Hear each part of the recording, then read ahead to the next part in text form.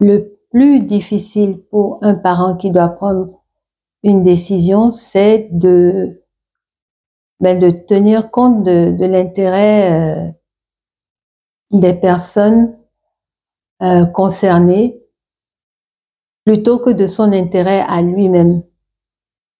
Parce que la décision qu'on prend peut nous arranger, nous, mais ne pas arranger les personnes concernées. Si je prends en tant que parent les enfants.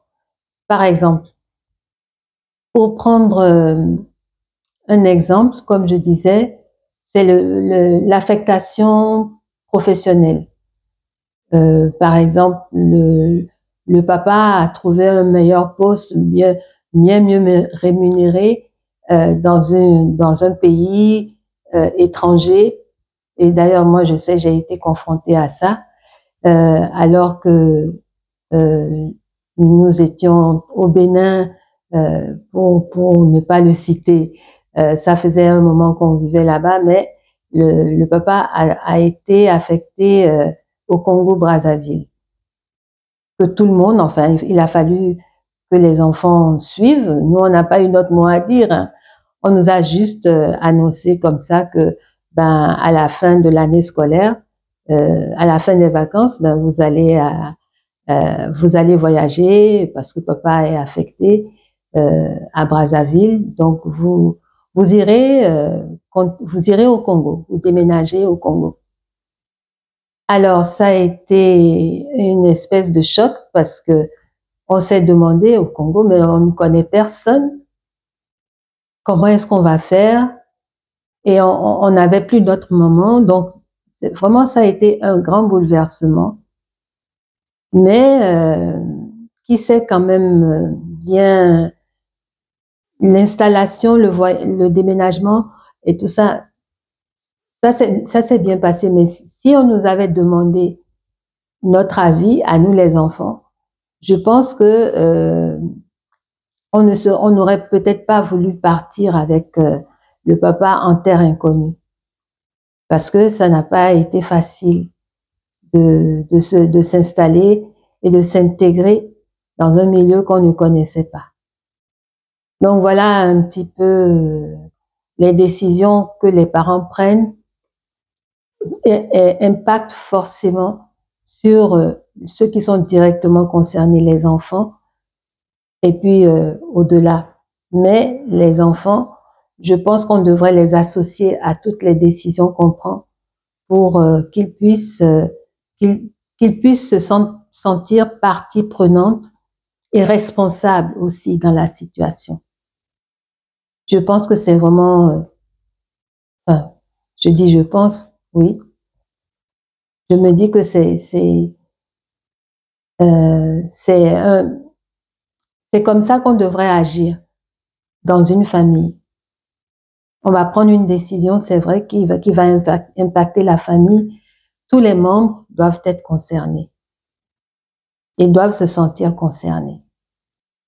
Mais le plus difficile, ce n'est pas sur le plan domestique, ça allait, mais c'est au niveau scolaire, parce que il a fallu intégrer un établissement et en plus c'était l'école française qu'on avait intégrée et ça a été une espèce de choc des cultures parce que nous les Africains, nous sommes quand même assez respectueux de l'autorité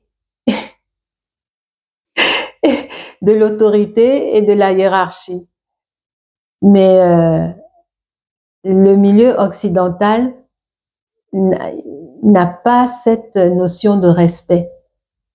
C'est-à-dire, on peut prendre facilement à partie quelqu'un.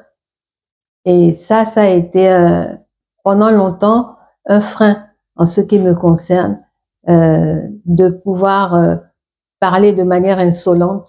Non. Ça a été assez dur. Et d'ailleurs, je raconte une anecdote dans mon histoire où un de mes professeurs à qui j'étais allée confier des difficultés que j'avais dans sa matière à lui, parce que je me disais, il va peut-être pouvoir m'aider, me donner des conseils, me dire, enfin, me dire ce que je peux faire pour dépasser un petit peu ces difficultés.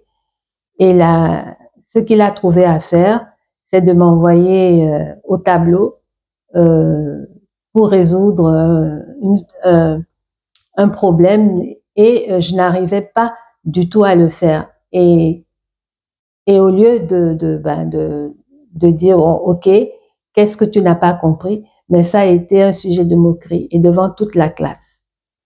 Et tous mes camarades ont rigolé, quoi. On rigolait parce qu'ils disaient, oui, voilà, ça vient, ça dit qu'on ne comprend pas, on veut avancer, mais quand on la met face à la situation, elle est incapable de faire quoi que ce soit, elle joue les effarouchés. Mais moi, j'étais complètement désarmée face à ce genre de situation, parce que je me suis dit, comment est-ce qu'un professeur peut se moquer de son élève devant toute la classe? Ça, bon, donc c'est pour dire un petit peu des fois les situations auxquelles les enfants sont confrontés, qui sont vraiment indépendantes de leur volonté, quoi. Oh, mais je me suis sentie minable, je me suis sentie euh, tellement humiliée. Ça m'a fait très mal, parce que bon, on a quand même sa fierté, j'avais quand même ma fierté en tant qu'Africaine au milieu de ces têtes blondes, comme on dit. Je n'étais pas la seule, mais bon, on était vraiment en minorité, quoi. Et ça m'a tellement fait mal que je n'ai pas supporté de rester dans la classe. Je crois que je suis sortie. Je suis sortie pour aller me calmer, parce que je suffoquais. Je pleurais, j'avais des larmes d'humiliation. Euh, je suis sortie de la salle de classe et je ne suis plus retournée jusqu'à la fin du cours. Après, par la suite, ben, j'évitais soigneusement de dire quoi que ce soit, et je me suis débrouillée de mon côté à trouver quelqu'un qui pouvait m'aider, mais quelqu'un qui était en dehors de mon établissement. Voilà. Ce que je peux donner aux parents, c'est comme conseil, c'est d'associer le plus possible, quand c'est possible, hein, d'associer les personnes qui vont être impactées directement, de les associer à la prise de décision. Ben, en discutant, en dialoguant, en leur demandant qu'est-ce qu'ils en pensent, en leur présentant soit les avantages et les inconvénients, ou alors, oui, non seulement les avantages, les inconvénients, mais éventuellement les solutions qu'ils pourraient appliquer en cas d'inconvénient. Et ça rassure. Je pense que ça rassure beaucoup les personnes concernées. Elles se sentent plus impliquées.